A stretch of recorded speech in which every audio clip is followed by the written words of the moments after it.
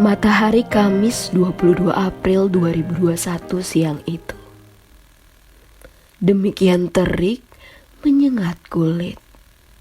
Peluh berlelehan membasahi kening Dewi Sulasti 48 tahun. Raut wajah perempuan itu tidak bisa berkelit. Dia kelelahan. Namun Dewi harus terus bekerja. Sambil sesekali mengelap kucuran peluh itu, dia menyapu di sepanjang jalan Citarum, kawasan SMA 20 Bandung, hingga ke Pusdai. Seolah sengatan matahari belum cukup, daun-daun terus berguguran sehingga membuat pekerjaan Dewi semakin berat. Kan sekarang teh lagi musim kemarau dan keadaan teh lagi puasa. Tapi teh saya harus kerja. Alhamdulillah masih bisa bertahan sampai azan maghrib, ungkapnya. Dewi merupakan satu dari lebih dari 850 penyapu jalan di kota Bandung. Selama bulan Ramadan, dia bekerja 6 jam, dari pukul 11 siang hingga pukul 5 sore. Di hari biasa, Dewi harus bekerja selama 8 jam, dari pukul 12 siang hingga pukul 8 malam. Baru sejak 2 bulan lalu Dewi bertugas di kawasan Citarum, dia meminta dipindahkan dari tempat tugas sebelumnya, yakni kawasan Cicendo, agar lebih dekat dengan rumah kontrakannya di kawasan Pusdai. Dewi bekerja sebagai penyapu jalan sejak 5 tahun lalu. Dia bersyukur pemerintah kota Bandung ketika itu masih menerima lamaran dari mereka yang hanya memegang ijazah sekolah dasar. Sekarang, syarat minimal bagi petugas penyapu jalan adalah lulusan sekolah menengah atas atau SMA. Sebagai penyapu jalan, Dewi hampir-hampir tidak pernah punya hari libur. Pun jika lebaran tiba, dia dan teman-temannya harus bertugas. Namun, lebaran tahun ini, Dewi berencana meminta izin untuk bisa merayakan lebaran bersama dengan anak dan suaminya.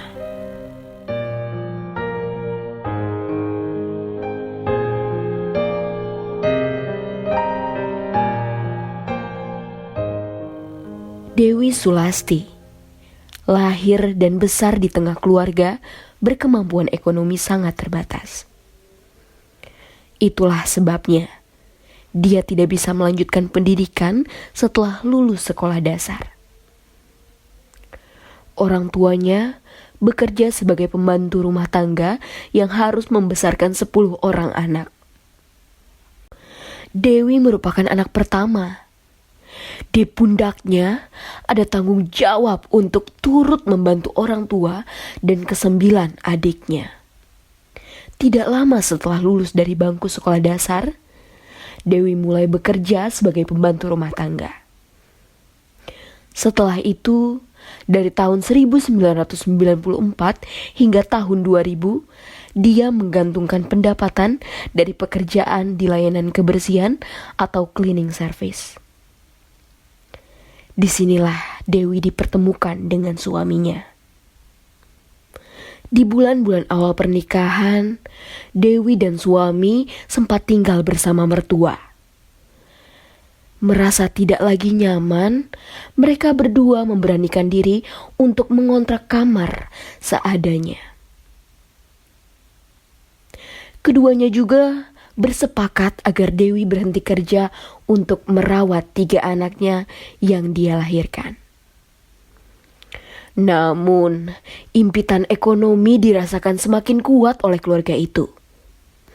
Biaya pendidikan anak-anak terus membengkak, belum lagi beban membayar cicilan sepeda motor yang dulu dibeli untuk menopang kerja sang suami sebagai seorang petugas layanan kebersihan. Tidak ada pilihan lain. Dewi harus bekerja lagi. Itulah kenapa dia memberanikan diri melamar menjadi petugas penyapu jalan di kota Bandung 5 tahun lalu. Dewi dan keluarganya saat ini tinggal di rumah kontrakan yang cukup memadai. Ada 2 kamar untuk anak-anaknya, tidak seperti kamar kontrakannya dulu yang jauh dari kata layak. Alhamdulillah, saya mah bersyukur banget sekarang teh. Kalau diinget-inget ya, dulu teh suka nangis. Tutur Dewi.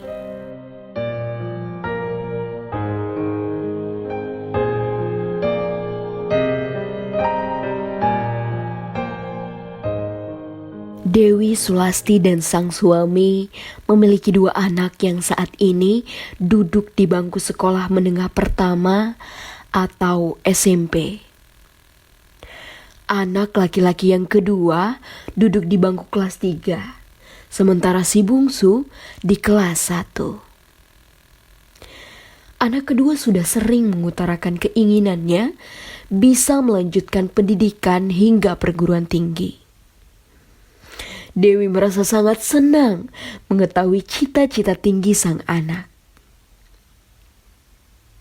Sejak sekarang, dia mulai menabung agar biaya pendidikannya nanti bisa tercukupi. Kali ini, Dewi tidak ingin melihat kegagalan lagi.